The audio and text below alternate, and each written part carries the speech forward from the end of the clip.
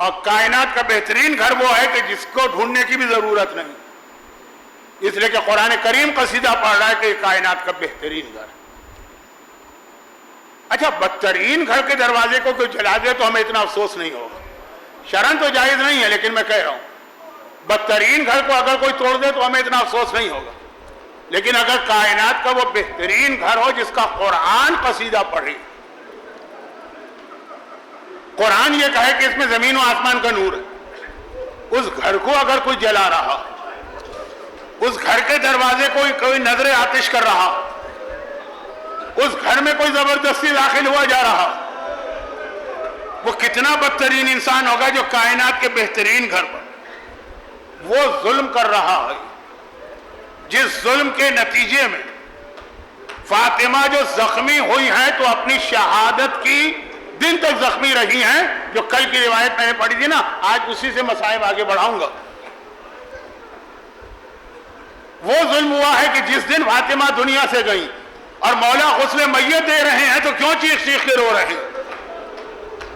یاد رکھیے کہ پہلے دن کے بعد پھر فاطمہ کے بدن پہ کوڑا نہیں مارا کسی نے، لیکن وہ پہلے دن کا کوڑا ایسا کہ جو جملہ میں نے ابھی کہا اس کو اگر میں مکمل کر دوں تو اس طرح کروں گا شاید کہ وہ ایسا زخم فاطمہ کے بدن پہ آیا کہ شہادت کے وقت بھی تھا، غسل میت کے وقت بھی تھا، بلکہ روز قیامت جو فاطمہ آئیں گی تو شاید اسی زخم کے ساتھ آئیں۔ مگر اب اس وقت ایک مصائب سے ہٹ کے صرف ایک جملہ ہے، لیکن اسی میں مصائب بھی ہیں۔ ایک جملہ ہمارے یہاں بہت مشہور ہے کہ اگر کوئی آدمی نجف میں دفن ہو تو اس پر فشار قبر نہیں آتا، کربلا میں دفن ہو تو منکر و نکیر کے سوال نہیں۔ بعض علماء کہتے ہیں ترتیب الٹی، لیکن میری تحقیق ہے دونوں باتیں صحیح۔ نجف میں دفن ہونے والے سے فشار قبر بھی نہیں ہے، سوال بھی نہیں، کچھ شرائط کے ساتھ۔ اب کربلا میں بھی، کربلا کے لیے ایک جملہ کہا جاتا ہے کہ کربلا میں جو ہے فشار قبر نہیں ہوگا، کیونکہ فشار قبر کے لیے زمین کو ہلانا پڑتا، اور پروردگار کہتا ہے یہاں اتنے زخمی دفن ہیں، اس کربلا کی زمین میں اتنے زخمی دفن ہیں کہ ان کو ذرا سے بھی حرکت نہیں دینا چاہیے۔ جو لوگ وہاں تک گئے ہیں جہاں اصلی قبریں بھی ہیں اور اصلی جسم بھی ہیں، ان کو کربلا کے شہداء کے زخم آج بھی نظر آتے ہیں۔ کہ زمین کربلا پہ کیسے فشار آئے؟ زمین ہلے گی تو یہ جو شہداء کربلا ہیں ان پہ کیا اذیت و تکلیف کا معنی گزرے گا، اس لیے فشار قبر نہیں ہے نا۔ لیکن اب اندازہ کریں شہزادی کونین کا، جن کے مصائب کے لیے جب دنیا سے گئی تو بدن پہ کوڑا تھا نا، لیکن یہاں پہ مصائب ختم نہیں ہوئے، یہ سلسلہ اور آگے چلا۔ اور وہ کیسے آگے چلا؟ بہت مشہور روایت علامہ مجلسی نے بھی لکھی ہے۔ مولا نے رات کی تاریکی میں شہزادی کو دفن کر دیا، اگلے دن صبح کو یہ خبر پھیلی کہ رسول کی بیٹی دنیا سے چلی گئی، کیونکہ ماتم کی آواز نہیں آ رہی ہے، رسول کی بیٹی دنیا سے چلی گئی۔ حکمران وقت نے سوچا کہ یہ تو بہت بے عزتی کی بات ہے، لوگ کہیں گے کہ تم رسول کے جانشین ہو، رسول کی ایک ہی بیٹی ہے وہ دنیا سے گئی، تم نے نماز جنازہ تک نہیں پڑھی ہے، جبکہ مدینے میں کوئی غلام بھی مر جائے تو ہم جنازے کی نماز پڑھتے ہیں رسول کی نیابت میں۔ فاطمہ کی نماز جنازہ پڑھنا، اور فاطمہ کی نماز جنازہ کیسے پڑھی جائے؟ حکم دیا کہ جہاں قبر سیدہ ہے اس کے چاروں طرف قنات لگائی جائے، اس قنات میں پیغمبر کے زمانے کی وہ صحابی عورتیں جائیں جو انتہائی ضعیف ہیں، وہ اپنے ہاتھ سے قبر سیدہ کو کھولیں گی، مٹی کو ہٹائیں گی، پتھر کو حرکت دیں گی، سیدہ کے جسم کو باہر نکالیں گی، گہوارے پہ رکھیں گی، چادر سے چھپایا جائے گا، پھر اسے قنات کے باہر لایا جائے گا، حکمران اس پر نماز پڑھے گا، اور پھر اسی احترام کے ساتھ قنات کے اندر یہ میت جائے گی۔ یہی بوڑھی خواتین جو رسول کا زمانہ دیکھے ہیں صحابیات، اپنے ہاتھوں پورے احترام سے دفن کریں گی، قبر بند کی جائے گی،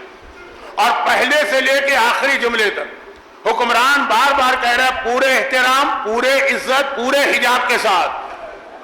یہ۔ لیکن جب یہ تیاریاں شروع ہو رہی ہیں، قنات وغیرہ لائی جا رہی ہے، حجرہ فاطمہ میں یہ خبر کسی نے مولا کو دے دی، بس اب علی کی حالت دیکھی، اس بے چینی کی عالم میں اپنے حجرے سے باہر آتے، یعنی اتنی جلدی آ رہے ہیں، جلدی، سر پہ امامہ بھی نہیں پہنا، پاؤں میں نالین مبارک بھی نہیں پہنے، بدن پہ جو گھر کے کپڑے تھے وہی کرتا ہے جس کے بٹن کھلے ہوئے ہیں، آستینیں پلٹی ہوئی ہیں، ہاتھ میں ذوالفقار ہے، منہ سے کف جاری ہے، قبر سیدہ پہ ذوالفقار لے کے بیٹھ گئے، کہا کہ میں نے ہر ظلم پر صبر کیا کیونکہ میرا وعدہ تھا رسول اللہ سے، مگر یہ وعدہ رسول نے مجھ سے نہیں لیا تھا، اگر کسی نے قبر سیدہ کی بے احترامی کی، اگر کسی نے قبر سیدہ کی توہین کی، آپ علی کی ذوالفقار نہیں رکے گی۔ بس یہ جو جملہ سنا تو ہر ایک کو پتا ہے بدر و احد میں، بدر میں تو ذوالفقار نہیں تھی، احد و خندق و خیبر میں ذوالفقار علی کے ہاتھ میں ہے۔ سب نے گھبرا کے کہا واپس چلو، واپس چلو، ہم قبر سیدہ پہ ہاتھ پہ ذرا سا بھی کوئی تعدی نہیں کرتے، ظلم نہیں کرتے، ہاتھ نہیں لگاتے، سب واپس چلے گئے۔ مولا بھی تلوار لے کے واپس گئے۔ اب میرا ایک جملہ ہے جو آج کی مجلس کا آخری حصہ تھا، مولا نے قبر سیدہ کو اپنی ذوالفقار کی مدد سے بچا لیا ہے، لیکن ہاتھ جوڑ کر میں امام زمانہ سے کہوں، مولا فاطمہ کے وارث تو آپ ہیں نا، آج فاطمہ کے بیٹے تو آپ ہیں نا، کوئی میری ماں کی قبر کو ہاتھ لگائے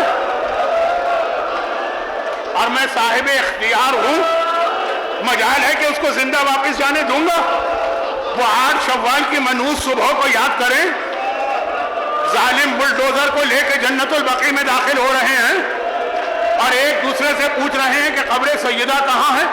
لوگوں نے کہا کہ یہ جو گنبد ہے، یہ جو روضہ ہے، یہ قبر سیدہ ہے۔ بس ایک مرتبہ بلڈوزر کو حکم دیا، ارے وہ آگے بڑھا، وہ روضہ سیدہ سے ٹکرایا،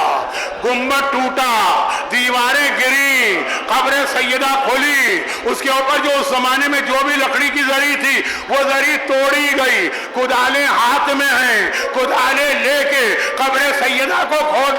کھودنے کی کوشش کی گئی۔ امام زمانہ یہ منظر بھی دیکھ رہے ہیں، صاحب اختیار و طاقت بھی ہیں۔ میں کہوں گا مولا امام زمانہ، آپ کے دادا علی نے اپنی ذوالفقار سے سیدہ کی قبر کو بچا لیا، یہ امتحان تو اللہ نے آپ کا لیا، لیکن مولا ان مومنین سے برداشت نہیں ہو رہا،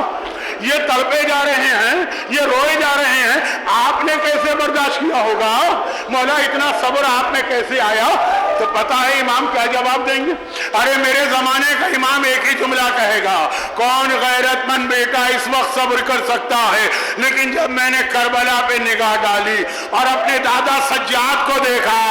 جس کی آنکھوں کے سامنے اس کے بابا کے لاشے پر گھوڑے دوڑ رہے ہیں، لاشیں گھوڑوں تلے پامال، آقا سجاد نے صبر کیا تو میں نے بھی اپنی دادی کی قبر کے ظلم پہ صبر کیا۔